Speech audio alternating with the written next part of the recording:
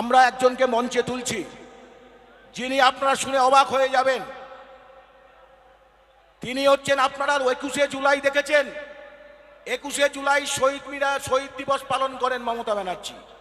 কিন্তু সেই মমতা ব্যানার্জিকে 1993 সালে যিনি নিজের বুক দিয়ে আগলে রেখে বাঁচিয়েছিলেন, তার সাথে উনি বিশ্বাসঘাতকতা করেছেন। তিনি হচ্ছেন এমডি জিয়াউল হক। আজকে উনি আমার কাছে আসেন, মাঝে সাঝে আমার বাড়িতে উনি আসেন। আপনারা একে টিভির পর্দায় দেখেছেন 21শে জুলাই, তার বঞ্চনার কথা শুনেছেন, চাকরি চলে গেছে। তিনি কিভাবে বিশ্বাসঘাতকতা করেছেন ওনার সাথে, আমরা তাকে উত্তরী দিয়ে সম্বর্ধিত করব। উত্তরীয় পরিয়ে দিচ্ছেন আমাদের নূর মোহাম্মদ মন্ডল। আস্তে আস্তে সকলে একটু শান্ত হন। আপনাদের কাছে বিশেষ অনুরোধ, আপনারা একটু শান্ত শিষ্টভাবে আপনারা নিজ নিজ আসন গ্রহণ করুন। আমাদের এই এমডি সিরাজুল হক মন্ডল, যাকে টিভির পর্দায় আপনারা দেখেছেন, যিনি মমতা ব্যানার্জিকে বাঁচিয়েছিলেন, তাহলে মমতা মরে যেতেন। সেই সিরাজুল হক মন্ডল আমার বন্ধু, তিনি প্রায় আমার বাড়িতে আসেন। আমি তাকে বলেছিলাম, ভাইজান আসছেন, আজকে আসবেন নাকি? চলে এসছেন, আবেগে চলে এসছেন। তাকে সম্মান জানানো আমাদের দায়িত্ব। আরে এটা তো তোরা ঠিক করবি। তাকে আমাদের উত্তরীয় পরে বরণ করছে আমাদের বেড়াবেড়ি অঞ্চলের সম্পাদক নূর মোহাম্মদ মন্ডল। করতালি দিয়ে অভিনন্দিত জানুন। ব্যাসটা পড়িয়ে দাও। এইভাবে পড়াতে হয় না।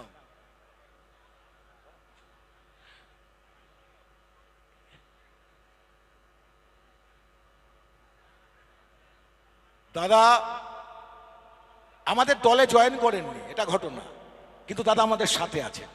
বাকিটা ইতিহাস। ফুলের তোড়াটা তুলে দিচ্ছেন আসগার আলী। সেজুল ভাই ফুলের তোড়াটা নাও। আমাদের প্রিয় মানুষ, এবং উনি নওশাদ ভাইকে প্রচণ্ড ভালোবাসেন, এবং বিধানসভায় ওনার কথা তোলার জন্য উনি নওশাদ ভাইয়ের সাথে যোগাযোগ করেছেন এবং আমাদের সাথে আছেন।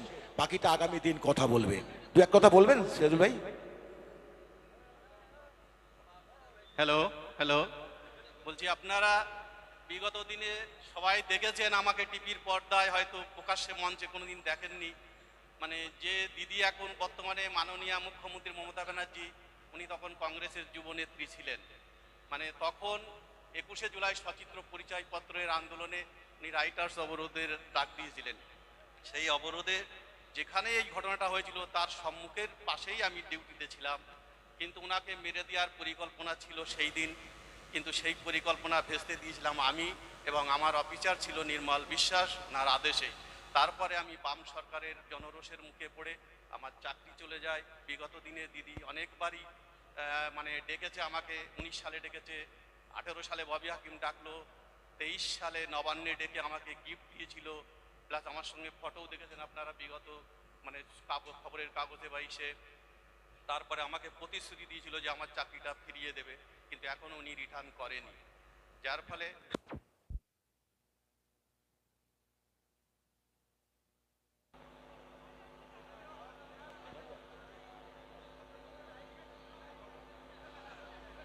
বলছি আমি বেশি কথা বলতে চাই না। তাপসদার সঙ্গে আমার একটা ভালো সম্পর্ক।